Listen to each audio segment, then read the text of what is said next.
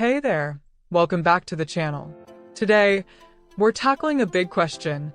Should you get the Nintendo Switch OLED, stick with a standard Switch, or hold out for the upcoming Switch 2? With so many leaks and rumors about Nintendo's next console, we've got all the latest details. We're breaking down display differences, performance, battery life, and of course, what's coming with the Switch 2. If you already own a Switch or are thinking of getting one, stick around, because by the end of this video, you'll know exactly which one is right for you. Like what you're seeing? Tap that like button, subscribe, and be part of our awesome community. Your support helps us keep creating great content. And before we dive in, if you love all things Nintendo, hit that like button and subscribe so you don't miss any future updates. The original Nintendo Switch, launched in 2017, is a hybrid console that lets you play at home or on the go, and that's what made it such a huge hit. It comes with a 6.2-inch LCD screen, and in 2021, Nintendo introduced the Switch OLED. And let me tell you, the difference in picture quality is massive. The Switch OLED upgrades the screen to a 7-inch OLED display, and this makes everything sharper, more colorful, and vibrant. The blacks are deeper, and colors pop in a way that makes handheld gaming feel premium. If you spend a lot of time gaming in handheld mode, this is a game changer. So, if you love playing on the go, the OLED is worth considering. But what about performance? Well, the standard Switch and the OLED are identical. Both have the NVIDIA Tegra X1 chip, meaning games run the same on both consoles. No FPS boosts. No extra power, but sound quality on the OLED is noticeably better.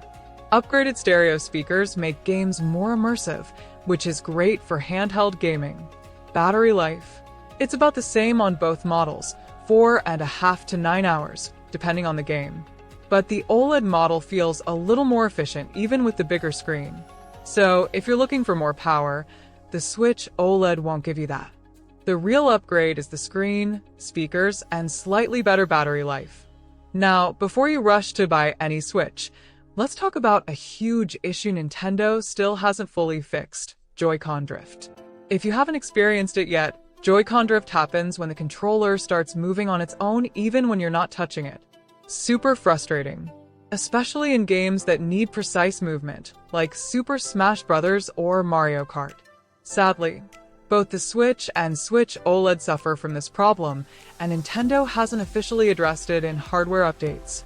If you get Joy-Con drift, you may need to send them in for repairs or buy new ones.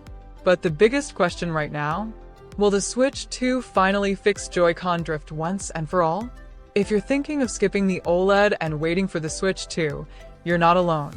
The rumors and leaks surrounding the Switch 2 are getting more exciting by the day. Here's what we know so far. The screen is rumored to be 7.9 inches, even bigger than the OLED. It's expected to have a custom NVIDIA processor for faster performance and better graphics.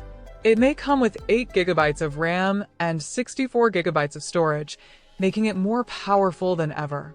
It might even support 4K resolution when docked. That could make games look next-gen. And here's the big one: new Joy-Cons.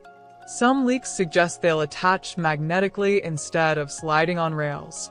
If true, this could finally fix Joy-Con drift. And the best part? The Switch 2 is expected to be backward compatible, so your existing Switch games should work on it. Plus, there's talk of a new Mario Kart game launching with the Switch 2. That alone is exciting. So, should you wait for the Switch 2?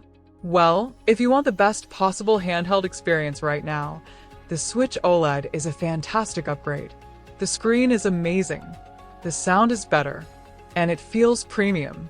But if you want next level of performance and are okay with waiting, the Switch 2 is shaping up to be a major upgrade. With 4K graphics, more power, and possible Joy-Con improvements, it could be a huge step forward. At the end of the day, it comes down to this. If you want to switch now, go for the OLED. If you want the most powerful Nintendo experience, hold out for the Switch 2. So, let's wrap it up. If you game on the go a lot, the Switch OLED is worth it for the better screen and sound. If you mostly play docked, the standard Switch still holds up and saves you money. If you can wait for a bigger upgrade, the Switch 2 is looking like a major step forward. Nintendo hasn't officially revealed the Switch 2 yet, but rumors point to a late 2024 or early 2025 launch. So if you're excited about the Switch 2, make sure to subscribe and hit the bell icon because we'll keep you updated on every leak, trailer, and announcement. Let me know in the comments. Are you going for the Switch OLED, sticking with the standard Switch, or waiting for the Switch 2? And if this video helped you out, give it a thumbs up and subscribe for more Nintendo news. But here's the thing, what about third-party games? One of the biggest concerns with the current Nintendo Switch is how well it runs third-party titles. While first-party Nintendo games like Mario, Zelda, and Pokémon are optimized perfectly for the system, third-party titles like The Witcher 3, Doom Eternal, and Hogwarts Legacy have struggled to perform. Some of them run decently with lower resolutions and frame rates, but others rely on cloud streaming, which isn't ideal for everyone. Now, with the Switch 2, things could change in a big way. If the leaks are true and the new console includes a stronger NVIDIA chipset, more RAM, and better internal storage, we could see far better third-party support. This could mean higher frame rates, better textures, and smoother gameplay for major AAA games. Imagine playing something like Elden Ring or Grand Theft Auto 6 on a Switch 2 without compromises. That would be a massive step forward for Nintendo in competing with PlayStation and Xbox, especially when it comes to performance-heavy games.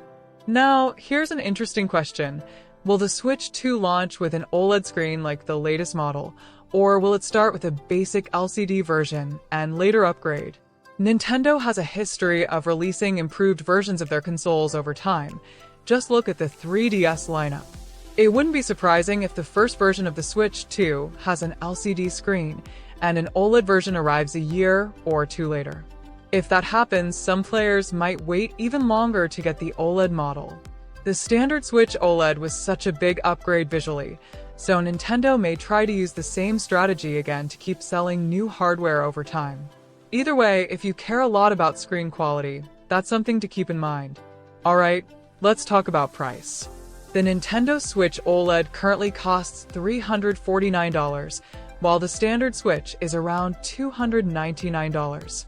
But how much will the Switch 2 cost? Leaks suggest the Switch 2 could land anywhere between $399 and $499, depending on how powerful the hardware is. Some reports suggest a $449 price tag, but it's unclear if that's for a base model or a premium version. Now, would that price make sense?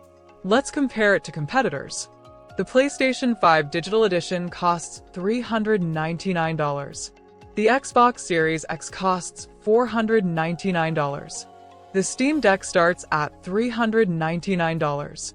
For Nintendo to stay competitive, a price around $400 to $450 seems likely.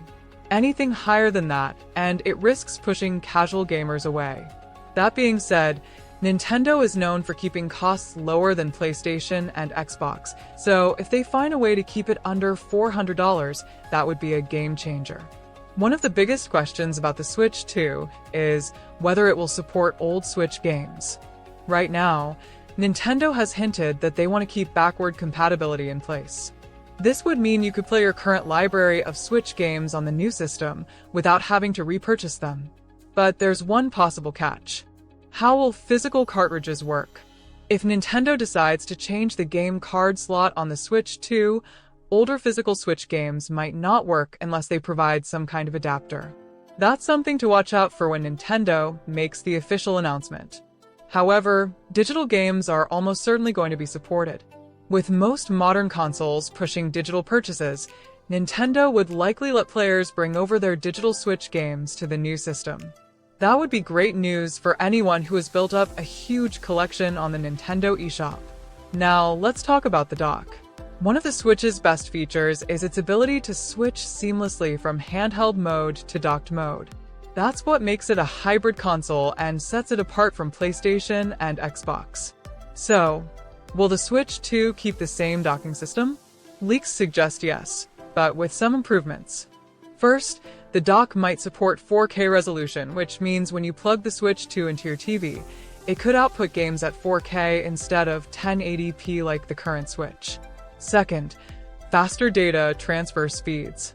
The current dock is a bit slow, especially when loading games or updating software. A new dock with better connectivity would make a big difference. And third, wireless display casting. Some rumors suggest the Switch 2 may allow you to connect to a TV wirelessly without needing the dock at all.